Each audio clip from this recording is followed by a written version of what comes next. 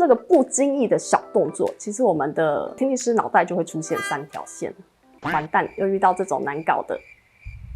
这个阿北就是一直忍，一直忍，90分贝、100分贝、110分贝，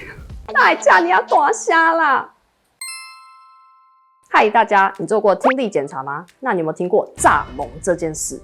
如果我就是要装听不见，到底有没有办法逃出听力学家的法眼呢？今天听力公主就来跟大家聊聊，炸聋的人通常会有哪些反应？你要是不按，听力师会拿出什么大绝招？最后告诉你，听力报告上某个小地方原来可以辅助我判断检查到底准不准确。Let's go！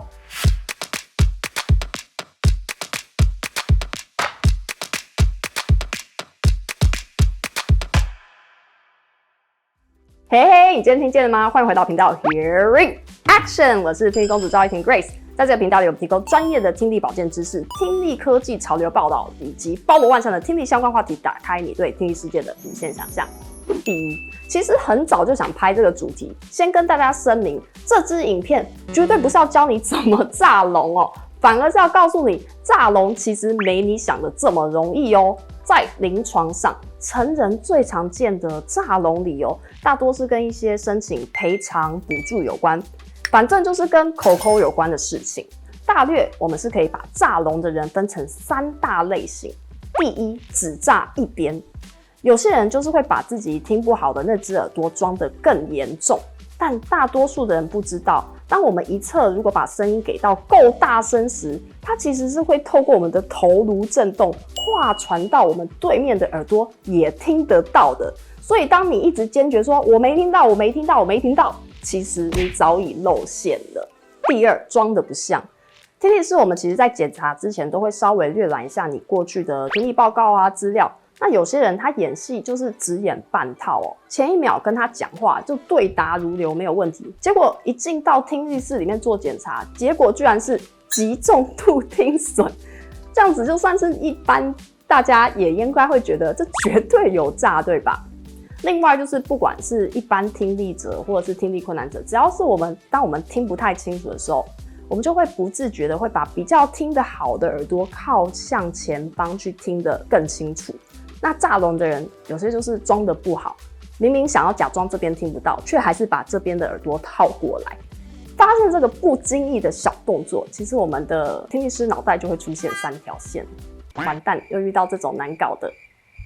最后一种也是最常见的类型，我就是坚决不按型。听力检查是这样子的哦，如果你小的声音没有听到，我们就会一直把声音往上加，直到你按按钮让我知道你听到为止。之后我们才会来来回回的确认你的听力度数。公主在实习时有听说过有一个忍耐力极高的阿北，这个阿北就是一直忍，一直忍，90分贝、100分贝、110分贝，声音已经开到这么大声，其实阿北的脸已经扭曲，告诉我们他其实是有听到的。然后他走出听力室的时候就泪流满面的说：“那叫你要大声啦！”所以我们不要为难别人，也为难到自己。Hello， 我们是听力行动，提供你全方位的听觉照护。除了线上咨询，我们还提供助听科技的选配、调整、追踪的顾问服务。如果你想了解更多助听器、补听器的资讯，可以搜寻听力行动，了解更多哦。第二，真正的听力评估并不是进到那个密闭的听力室才开始的哦。其实检查前的询问啊和咨商，我们就已经开始在评估这个人的听力状况。大家在做听力检查，其实最担心的是说，怎么办？刚刚那个我没有按到，这样子是不是检查就不准了？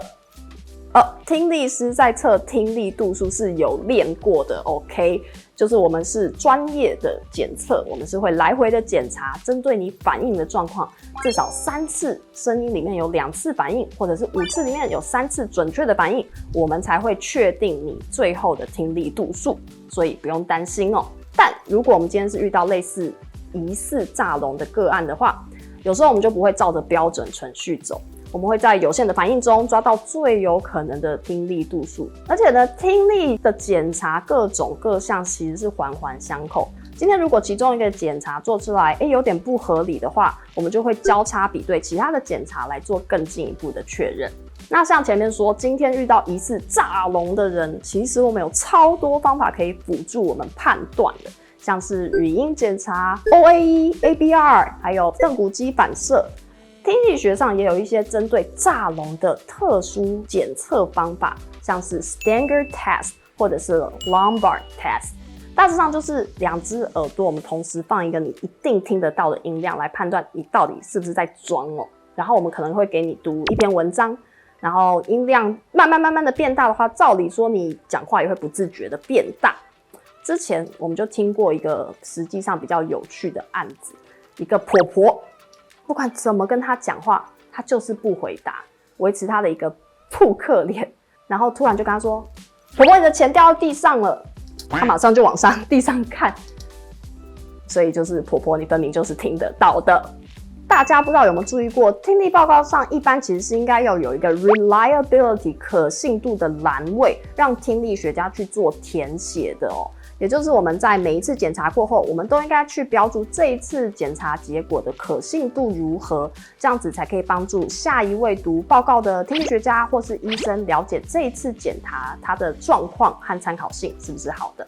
特别是在一些配合度比较不好的个案，比如说今天说的炸龙，或者是一些老人和小孩，他们有时候反应不是那么的稳定，不是那么一致，这时候我们可能可信度就比较保守一点。那如果遇到炸龙这种坚决就是不配合，除了我们用按声音你告诉我有没有听到的这种行为听力检查以外，其实也有其他非行为的听力检查是可以用来协助推估你的听力度数的。比如说听性脑干电生理 ABR 检测，它就是一种直接测试你的听神经对声音反应的检测，也就是你就算在睡觉都可以得到你的听力度数，来验证你刚刚做的行为检查有没有合理哦。基本上呢，如果我们在医院真的遇到这种疑似炸龙的个案，我们也不会直接踢爆它的，而是要透过这些科学的测试去做佐证评断啊，软性的劝导。虽然有时候心中会有一把火在烧，因为整个检查时间就会拉很长哦，所以不要当这样 NG 病人，除了增加自己的麻烦，你也会耽误其他人的时间。好了，今天就说到这边，感谢你的收看，帮我们按个赞，分享给有需要的人，支持我们继续听力行动 Hearing Action， 我们下期见咯。姐姐有练过，炸龙没你想的简单，